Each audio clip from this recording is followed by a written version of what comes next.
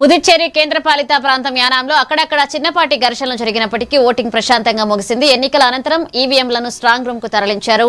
NDA NR Congress అభ్యర్థి మల్లాడి కృష్ణారావు తన గెలుపుపై ధీమా వ్యక్తం చేస్తూ యానాం ప్రజలు ముందుగానే తమ విజయం నిర్ణయించారన్నారు. కులమతాలకు అతీతంగా తనకు మద్దతిచ్చిన ప్రతి ఒక్కరికి ధన్యవాదాలు తెలిపిన ఆయన గెలుపు తర్వాత అభివృద్ధి పనులను ప్రాధాన్యమిస్తామని ప్రకటించారు. ప్రజల నాడి చూశాను, ఏ విధంగా ఉంటుందో అన్నది చూశాను. ఆ చూసిన దాన్ని బట్టి నేను సాధారణంగా ఎలక్షన్ విన్ అయ్యాం అని చెప్పేసి ముందుగానే చెప్పడం జరుగుతుంది. నేను ఇంకా బూత్ వైజ్గా అన్నీ కూడా వెళ్తాను. 42 బూత్స్ అన్నీ చూసుకుని వెళ్తాను.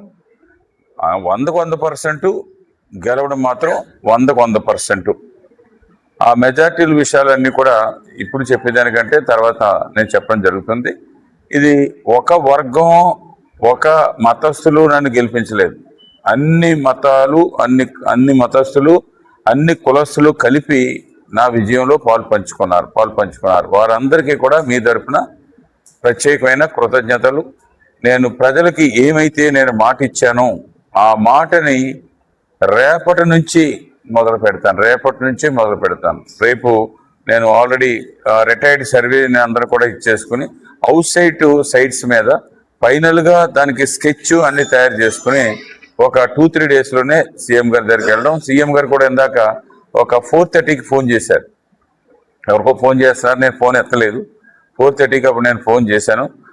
చేసినప్పుడు కూడా మల్లాడి ఇక్కడ చాలా బాగా జరుగుతుంది, నీది కూడా మంచిగా జరుగుతుందని వచ్చింది ఏంటి అని చెప్పేసి అంటే ఈ విధంగా ఉంది అని చెప్పేసి కూడా చెప్పాను.